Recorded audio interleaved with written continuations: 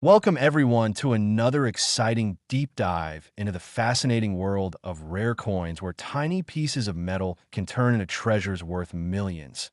And today we're talking about one of the most incredible and jaw-dropping stories in numismatic history, the unbelievable 1998 1-cent coin that shocked collectors, experts, and auction houses around the world when it was revealed to be worth an astonishing $17 million, of value driven not by its metal content, but by its extraordinary mistakes, minting errors, and a sheer rarity that makes it one of the most sought-after modern coins in existence. So sit tight as we unravel how such a small and ordinary-looking copper-colored cent became a legendary artifact in the world of money collecting. A coin that proves even the smallest error in production can lead to unimaginable fortune. And we begin our story by stepping back into the late 1990s when the United States Mint was transitioning through modern technological updates, experimenting with new minting techniques, updated dies, and refining its coinage standard for the upcoming new millennium. And during this time, certain coins escaped the mint with mistakes so subtle and strange that even experts took decades to identify them correctly. One of which was the now famous 1998 1 cent that would later send shockwaves through the numismatic world because of the combination of die alignment issues, double striking, and transitional design, elements that made it both historically significant and visually unique. The 1998 penny was meant to feature the familiar Lincoln Memorial reverse design and the portrait of Abraham Lincoln on the obverse. But somewhere in the process of die creation and coin striking, something went unpredictably wrong, resulting in a handful of coins being struck with mismatched dies or on the wrong planchets. And that is where the mystery begins, because among ordinary 1998 pennies, a few were struck on experimental planchets used for the upcoming 1999 or even 2000 coinage. Planchets with slightly different metallic composition or weight, some even having a faint silvery tone rather than the typical copper-plated zinc surface.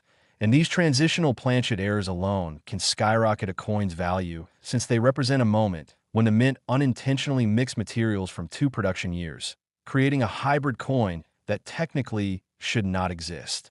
But the magic of the 1998 penny worth $17 million doesn't stop there. This particular specimen exhibits a double die obverse, which means that during the minting process, the die that stamps the front of the coin shifted ever so slightly between strikes, resulting in a noticeable doubling of letters, numbers, and even parts of Lincoln's profile, most visibly on the Liberty inscription and the date, 1998, creating that iconic doubled appearance collectors adore. This doubling effect isn't just a casual misprint. It's a complex mechanical phenomenon caused by the die's misalignment and repositioning between strikes, something that rarely happens under the mint's tight quality control, but when it does, it transforms a regular coin into a masterpiece of error that fascinates experts for generations. When you combine that with the fact that this specific penny may have been struck on a transitional planchet and possibly with a reverse die intended for a proof coin, or even one prepared for the following year, you get a perfect storm of numismatic rarity. Imagine, for example, a coin that carries the standard Lincoln obverse, but the reverse shows subtle differences like sharper detailing, deeper lines in the Lincoln Memorial columns, or even minute font variations in the inscriptions United States of America and E pluribus unum.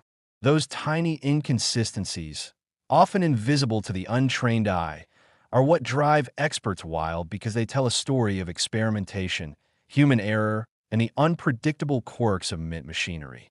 Over time, collectors started noticing that some 1998 pennies had an unusual appearance under magnification. Some had the reverse design closer in style to the proof coin struck at the San Francisco Mint, where dies were polished differently and had a higher degree of shine, while others displayed spacing anomalies between the letters in America, especially between the A and M, which became famous as the wide AM variety, a hallmark of certain rare Lincoln cents that escaped with proof. Reverses paired to circulation strikes. Normally, the spacing in America is tight on circulation coins, but in the proof reverse version, it's slightly wider, creating what's called the wide AM error. And when you realize that such a 1998 penny with a wide AM reverse is already rare enough to fetch thousands or tens of thousands of dollars, then imagine a coin that combines this with a double die obverse and perhaps a transitional planchet. Suddenly, you're not just looking at a rare coin. You're looking at a one-of-a-kind anomaly that transcends categories, a perfect accident that became a legend.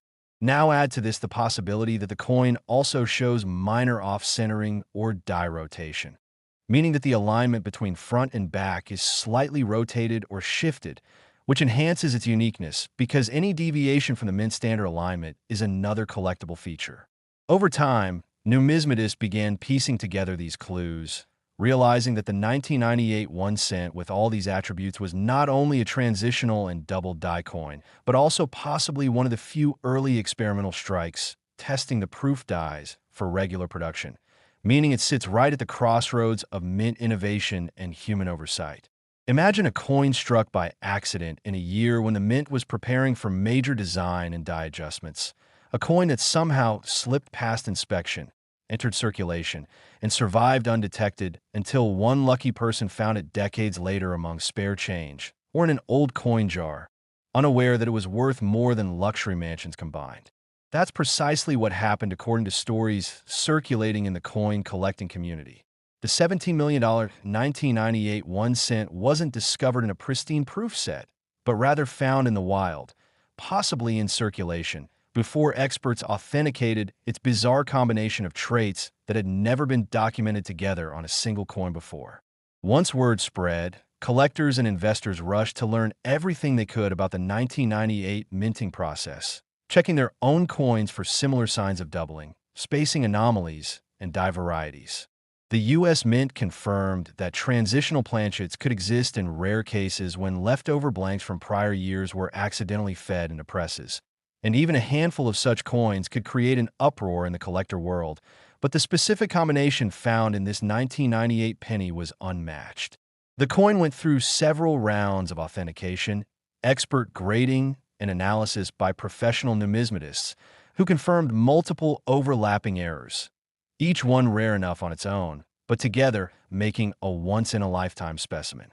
The first expert reports described micro-level differences in the metal's reflectivity, edge reading anomalies, and even a microscopic crack in the die's field, all of which aligned perfectly with what would be expected of a test strike or experimental die pairing.